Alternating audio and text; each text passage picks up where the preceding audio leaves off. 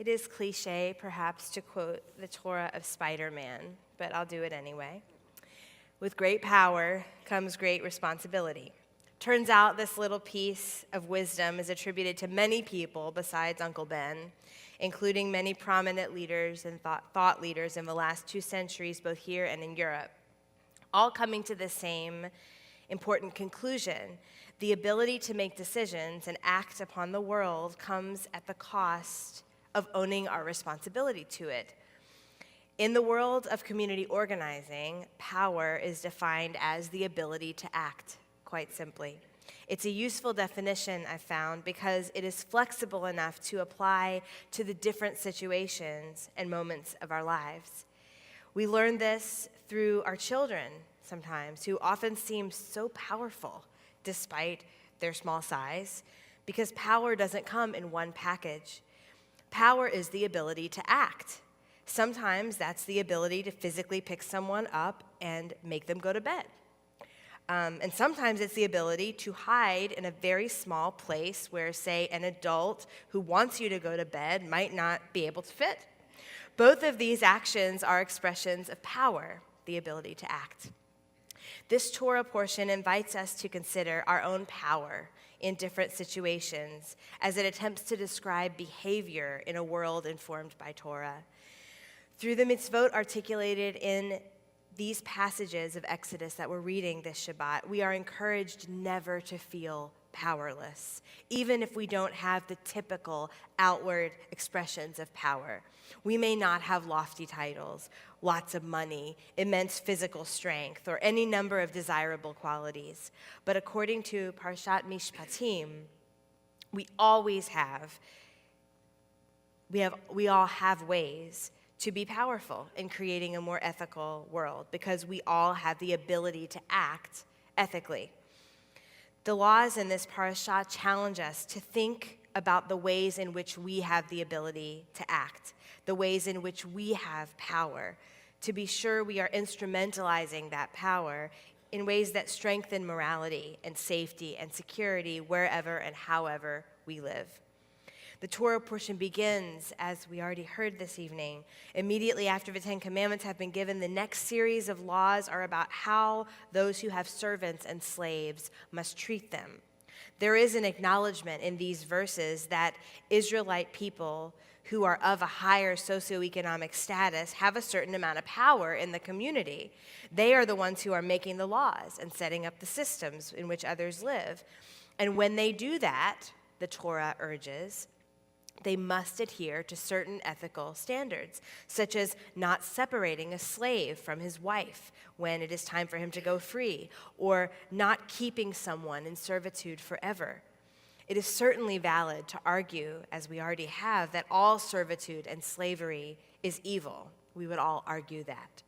But the value in these texts is in their attention to the dynamics of power in any given situation. The slave master has the ability to act, the power to do so, and he can do whatever he wants.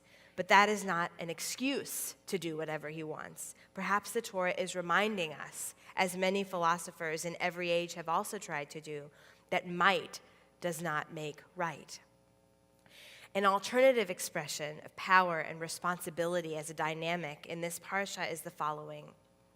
When you encounter your enemy's animal wandering, you must take it back to him. When you see your enemy's animal lying under its burden and would refrain from raising it, you must nevertheless raise it. This dimension that these mitzvot add is that power, or the ability to act, comes and goes sometimes. We find ourselves in situations where we suddenly have power.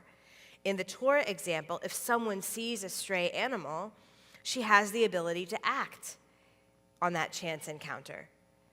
And therefore, she has the responsibility to act upon it. The person described here may not be wealthy or well-connected at all, but she has come upon a moment in which she has the ability to act. And the Torah says clearly, act.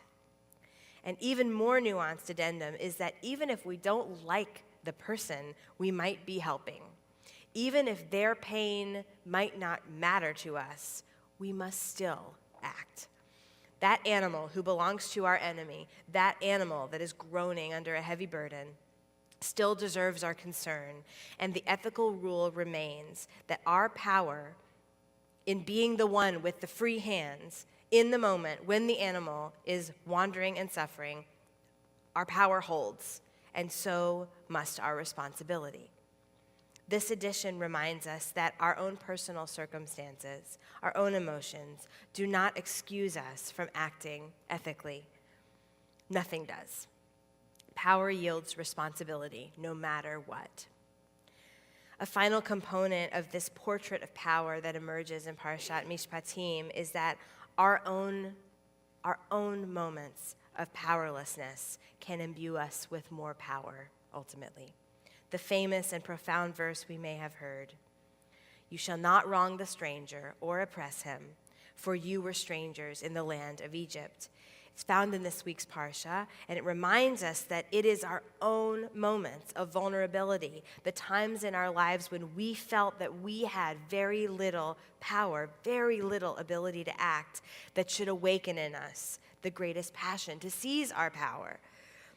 The words of this verse say that knowing what it's like to be an outsider should inspire us to stand with outsiders, to refuse to ever other people who are new to our community or different in how they look or speak or pray. But the spirit of this verse says something even broader. Every human being has the power, the ability to act when it comes to looking into our own hearts, our own experiences, and tapping into our stories as a source of more ethical behavior. Our wounds, the Torah is saying, our wounds can be fountains of wisdom and compassion if we let them. The bruises that the world has given us can be medals of honor, not because we glorify suffering, because in Judaism we do not, but because in Judaism we utilize suffering as a reminder of how to live better, how to make more compassionate choices, and how to bring more healing to the world. So on this Shabbat, Parshat Mishpatim is asking us to ask ourselves, in what ways do I have the ability to act? Where is my power?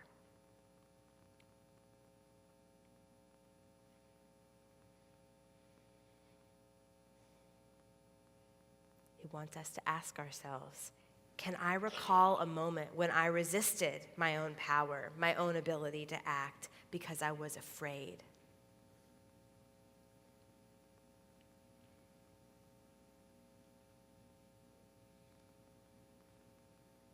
And perhaps most importantly, what scars do I have that can make me more powerful, help me to act in ways that heal the world from today onward?